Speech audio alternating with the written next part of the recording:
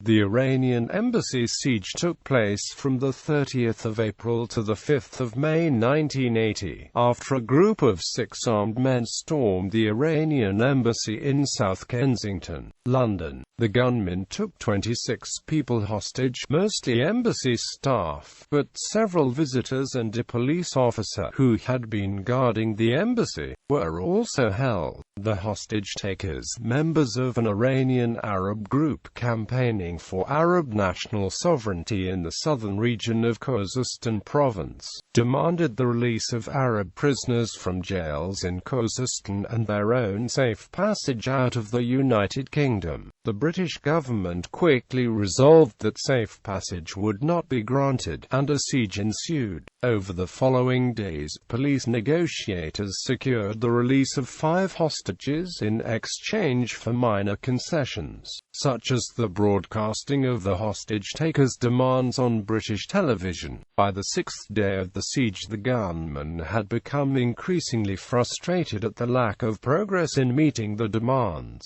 That evening, they killed one of the hostages and threw his body out of the embassy. As a result, the British government ordered the Special Air Service, a special forces regiment of the British Army, to conduct an assault to rescue the remaining hostages. Shortly afterwards, soldiers abseiled from the roof of the building and forced entry through the windows. During the 17-minute raid, the Shash rescued all but one of the remaining hostages, and killed 5 of the 6 terrorists. The soldiers subsequently faced accusations that they unnecessarily killed 2 of the terrorists, but an inquest into the deaths eventually cleared the Shash of any wrongdoing. The remaining terrorist was prosecuted and served 27 years in British prisons. The hostage-takers and their cause were largely forgotten after the Iran-Iraq War broke out later that year, and the hostage crisis in Tehran continued until January 1981.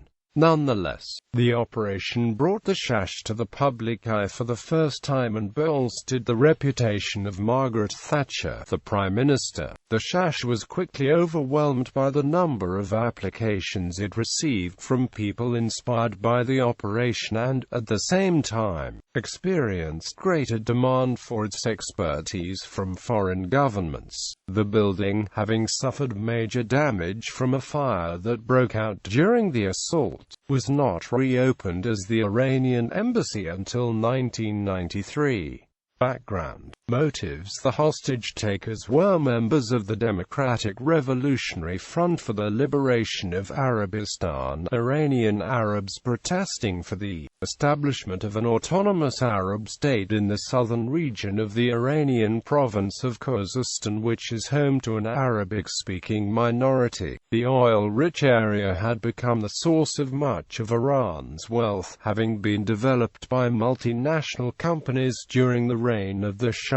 According to Oan Ali Muhammad, suppression of the Arab sovereignty movement was the spark that led to his desire to attack the Iranian embassy in London, a plan inspired by the Iran hostage crisis in which supporters of the revolution held the staff of the American embassy in Tehran hostage. Arrival in London. Using Iraqi passports, Oan and 3 other members of the DRFLA arrived in London on the 31st of March 1980 and rented a flat in Earl's Court. They claimed they had met by chance on the flight. The men typically returned to the flat drunk, late at night, and sometimes accompanied by prostitutes. Within a week, the housekeeper asked them to leave. They soon found another flat, where they told their new landlord they were moving because they had been joined by other men and required larger accommodation. Over the following days, the group swelled, with up to a dozen men in the flat on one occasion. Oan was 27 and from Khūzestān. He had studied at the University of Tehran, where he became politically active. He had been imprisoned by SAVAK, the Shah's secret police, and bought cars which he said were from torture in SAVAK custody. The other members of his group were Shakir Abdullah Radal, known as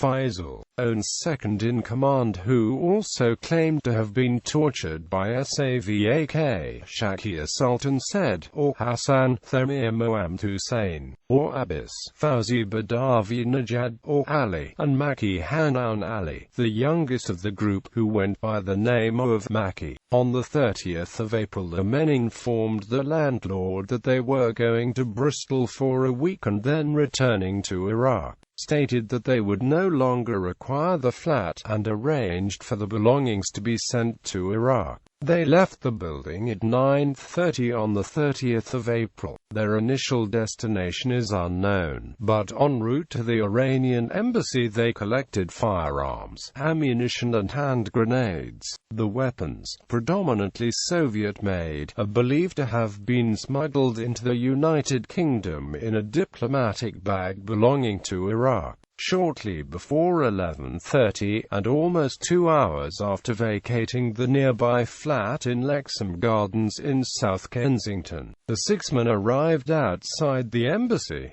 Special Air Service. The Special Air Service is a regiment of the British Army and part of the United Kingdom Special Forces. The regiment was formed by Colonel David Stirling in Africa in 1941, at the height of the Second World War. Its original role was to penetrate enemy lines and strike at airfields and supply lines deep in enemy territory, first in North Africa and later around the Mediterranean and in occupied Europe. Stirling established the principle of using small teams, usually of just 4 men, to carry out raids, having realized that a 4-man team could sometimes prove much more effective than a unit of hundreds of soldiers. Western governments were prompted to form specialist anti-terrorist units following the Munich massacre. During the 1972 Olympic Games, a firefight between a group of hostage-takers and West German police left a police officer and all the hostages dead. The British government, worried that the country was unprepared for a similar crisis in the United Kingdom, ordered the formation of the Counter-Revolutionary Warfare Wing of the SHASH, which became the UK's primary anti-terrorist and anti-hijacking unit. The SHASH had taken part in counter-insurgency operations abroad since 1945, and had trained the bodyguards of influential people whose deaths would be contrary to British interests. Thus, it was believed to be better prepared for the role than any unit in the police or elsewhere in the armed forces. The CRW Wing's first operational experience was the storming of Lufthansa Flight 181 in 1977, when a small detachment of soldiers were sent to assist GSG-9, the elite West German police unit set up after the events of 1972. Siege Day 1, the 30th of April. At approximately 11:30 on Wednesday, the 30th of April, the 6 heavily armed members of DRFLA stormed the Iranian Embassy building on Prince's Gate, South Kensington. The gunmen quickly overpowered Police Constable Trevor Locke of the Metropolitan Police's Diplomatic Protection Group. Locke was carrying a concealed Smith & Wesson .38 caliber revolver, but was unable to draw it before he was overpowered, although he did manage to press the panic button on his radio. Locke was later frisked, but the gunman conducting the search did not find the constable's weapon. He remained in possession of the revolver, and refused to remove his coat, which he told the gunman was to preserve his image as a police officer in order to keep it concealed. The officer also refused offers of food throughout the siege for fear that the weapon would be seen if he had to use the toilet, and the gunmen decided to escort him. Although the majority of the people in the embassy were captured, 3 managed to escape, 2 by climbing out of a ground floor window and the 3rd by climbing across a first-floor parapet to the Ethiopian embassy next door. A 4th person, Gholam Ali Afroz, the charge d'affaires and thus the most senior Iranian official present, briefly escaped by jumping out of a first-floor window, but was injured in the process and quickly captured.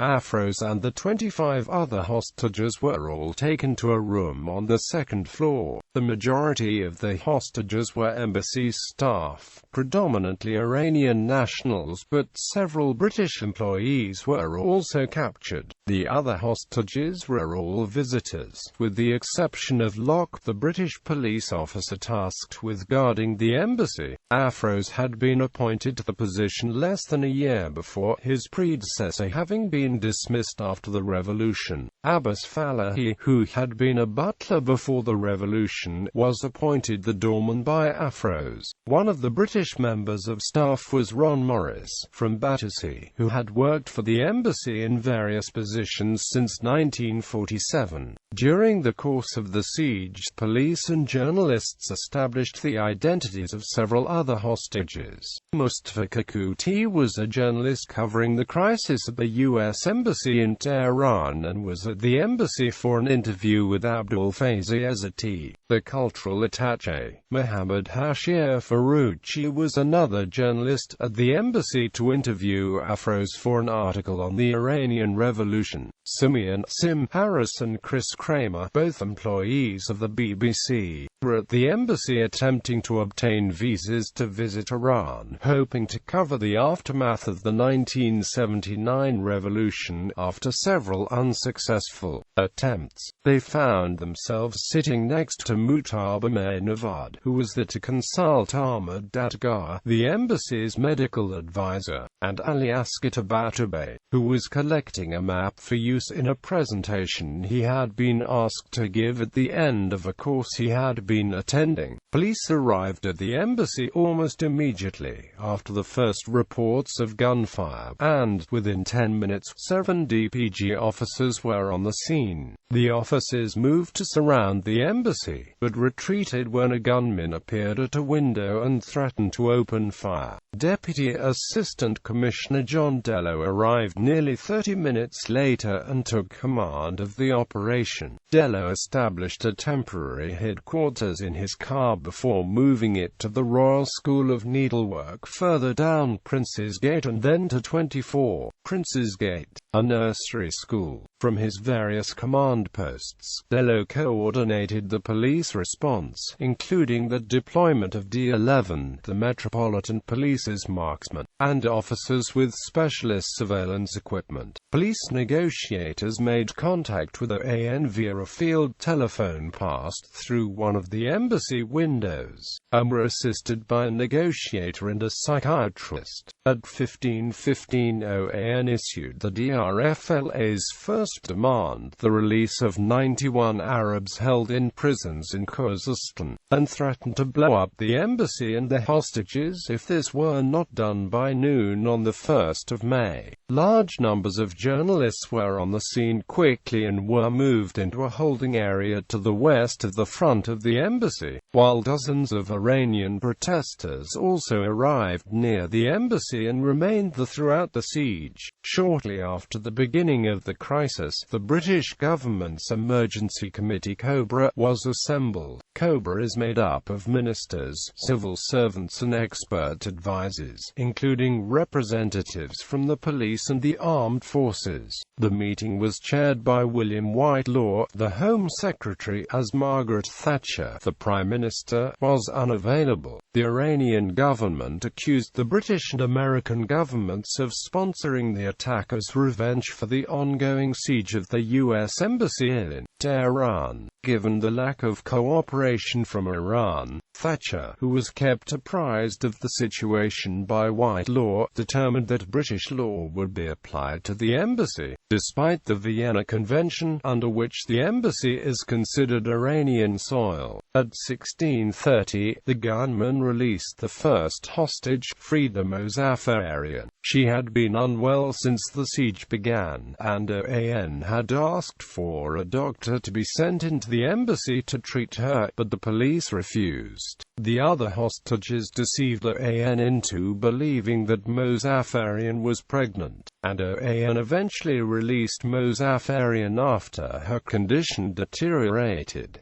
Day 2, the 1st of May. The Cobra meetings continued through the night and into Thursday. Meanwhile, 2 teams were dispatched from the headquarters of the Special Air Service near Hereford, and arrived at a holding area in Regent's Park Barracks. The teams from B Squadron, complemented by specialists from other squadrons, were equipped with CS gas, stun grenades, and explosives, and armed with Browning high-power pistols and Heckler & Amp Koch MP5 submachine guns. Lieutenant Colonel Michael Rose, commander of 22 Shash, had travelled ahead of the detachment and introduced himself to Dello, the commander of the police operation. At approximately 3:30 on the 1st of May, one of the Shash teams moved into the building next door to the embassy, normally occupied by the Royal College of General Practitioners, where they were briefed on Rose's immediate action plan to be implemented should the Shash be required to storm the building before a more sophisticated plan could be formed.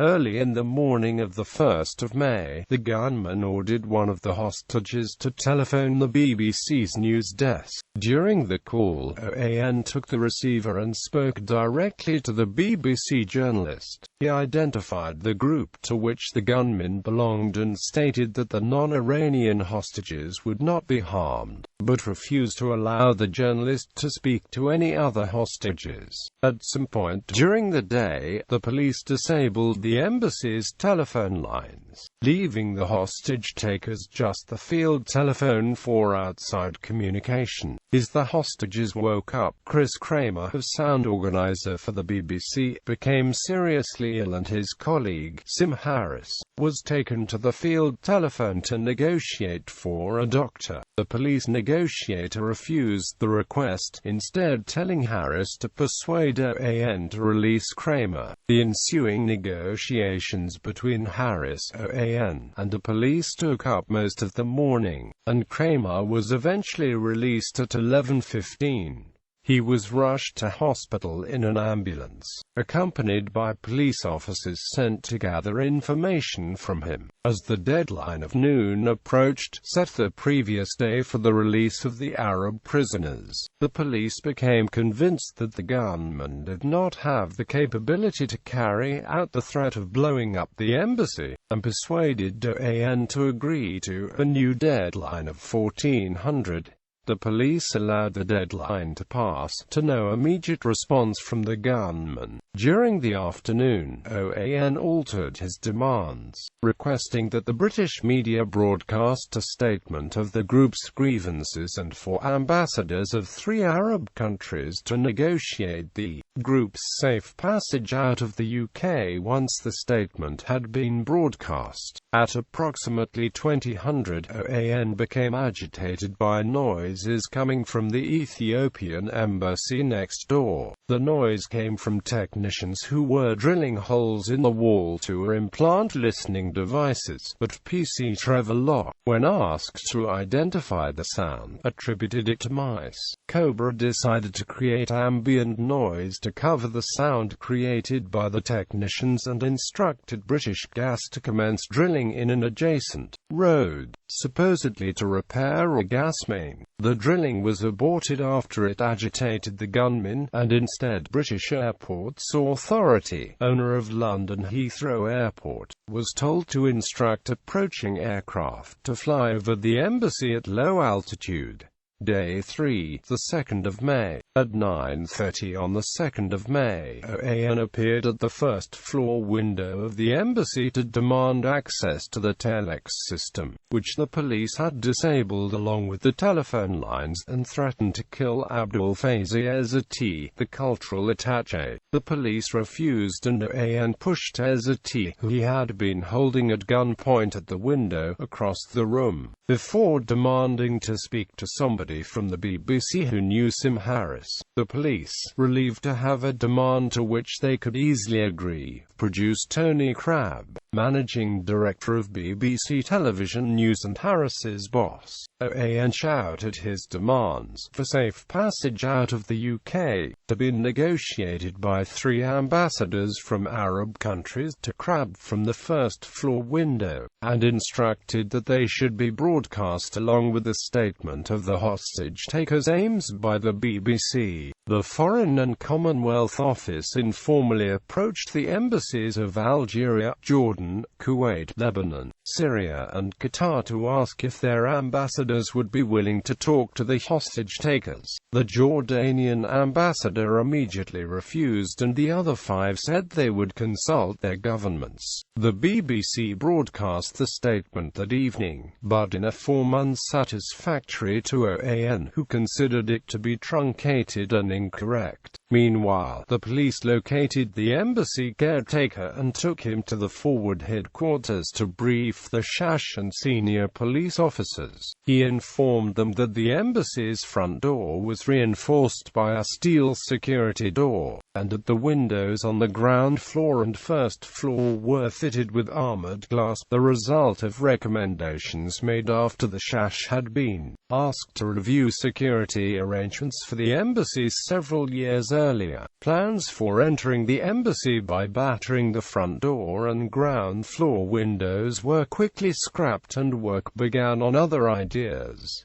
Day 4, the 3rd of May, OAN, angered by the BBC's incorrect reporting of his demands the previous evening, contacted the police negotiators shortly after 6 o'clock and accused the authorities of deceiving him. He demanded to speak with an Arab ambassador, but the negotiator on duty claimed that talks were still being arranged by the Foreign Office. Recognizing the delaying tactic, OAN told the negotiator that the British hostages would be the last to be released because of the British authorities' deceit. He added that a hostage would be killed unless Tony Crabb was brought back to the embassy. Crabb did not arrive at the embassy until 15:30, nearly 10 hours after OAN demanded his presence, to the frustration of both OAN and Simharis. OAN then relayed another statement to Crabb via Mustafa Kakuti, a journalist also being held hostage in the embassy. The police guaranteed that the statement would be broadcast on the BBC's next news bulletin, in exchange for the release of 2 hostages. The hostages decided amongst themselves that the 2 to be released would be Hayat Kanji and Ali Gilgan Safar. The latter was apparently released for no other reason than his loud snoring, which kept the other hostages awake at night. Later in the evening, at approximately 2300, an Shash team reconnoitred the roof of the embassy. They discovered a skylight, and succeeded in unlocking it for potential use as an access point, should they later be required to storm the building. They also attached ropes to the chimneys to allow soldiers to abseil down the building and gain access through the windows if necessary. Day 5, the 4th of May. During the day, the Foreign Office held further talks with diplomats from Arabian countries in the hope of persuading them to go to the embassy and talk to the hostage-takers. The talks, hosted by Douglas Hurd, ended in stalemate. The diplomats insisted they must be able to offer safe passage out of the UK for the gunmen, believing this to be the only way to guarantee a peaceful outcome. But the British government was adamant that safe passage would not be considered under any circumstances. Calcutta, through whom OAN had issued his revised demands the previous day, became increasingly ill throughout the day and by the evening was feverish, which led to suggestions that the police had spiked the food that had been sent into the embassy. John Dello, the commander of the police operation, had apparently considered the idea and even consulted a doctor about its viability, but eventually dismissed it as impracticable. The Shash officers involved in the operation, including Brigadier Peter de Liberie, Director Special Forces, Lieutenant Colonel Mike Rose, commander of 22 Shash, and Major Hector Gullin, commander of the team that would undertake any raid, spent the day refining the plans for an assault. Day 6, the 5th of May, OAN woke Locke at dawn, convinced that an intruder was in the embassy. Locke was sent to investigate, but no intruder was found. Later in the morning, OAN called Locke to examine a bulge in the wall separating the Iranian Embassy from the Ethiopian Embassy next door. The bulge had, in fact, been caused by the removal of bricks to allow an assault team to break through the wall and to implant listening devices, resulting in a weakening of the wall. Although Locke assured him that he did not believe the police were about to storm the building, OAN remained convinced that they were up to something, and moved the male hostages from the room in which they had spent the last 4 days to another down the hall. Tensions rose throughout the morning, and at 1300, OAN told the police that he would kill a hostage unless he was able to speak to an Arab ambassador within 45 minutes. At 1340, Locke informed the negotiator that the gunmen had taken Abbas Lavazani, the embassy's chief press officer, downstairs and were preparing to execute him. Lavazani, a devout believer in the Iranian Revolution, had repeatedly provoked his captors during the siege. According to Locke, Lavazani stated that, if they were going to kill a hostage, wanted it to be him. At exactly 1345, 45 minutes after OAN's demand to speak to an ambassador, 3 shots were heard from inside the embassy. Home Secretary Willie Whitelaw, who had been chairing Cobra during the siege, was rushed back to Whitehall from a function he had been attending in Slough, roughly 20 miles away. Arriving 19 minutes after the shots had been reported, he was briefed on the Shash plan by Delibiliri, who told him to expect that up to 40% of the hostages would be killed in an assault. After deliberations, Whitelaw instructed the Shash to prepare to assault the building at short notice, an order that was received by Mike Rose at 1550. By 1700, the Shash were in a position to assault the embassy at 10 minutes' notice. The police negotiators recruited the imam from a local mosque at 1820, fearing that a crisis point had been reached, and asked him to talk to the gunmen. 3 further shots were fired during the course of the imam's conversation with OAN. OAN announced that a hostage had been killed, and the rest would die in 30 minutes unless his demands were met. A few minutes later, Lavazani's body was dumped out of the front door. Upon a preliminary examination conducted at the scene, a forensic pathologist estimated that Lavazani had been dead for at least an hour, meaning he could not have been killed by the 3 most recent shots, and leading the police to believe that 2 hostages had been killed.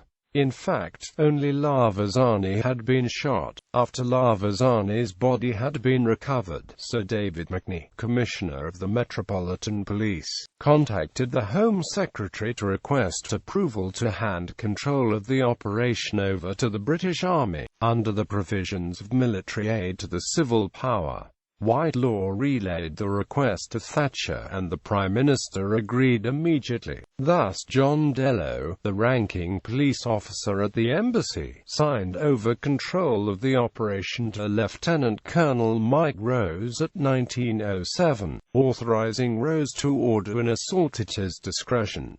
Meanwhile, the police negotiators began stalling OAN. They offered concessions in order to distract him and prevent him killing further hostages, buying time for the Shash to make its final preparations for the now inevitable assault.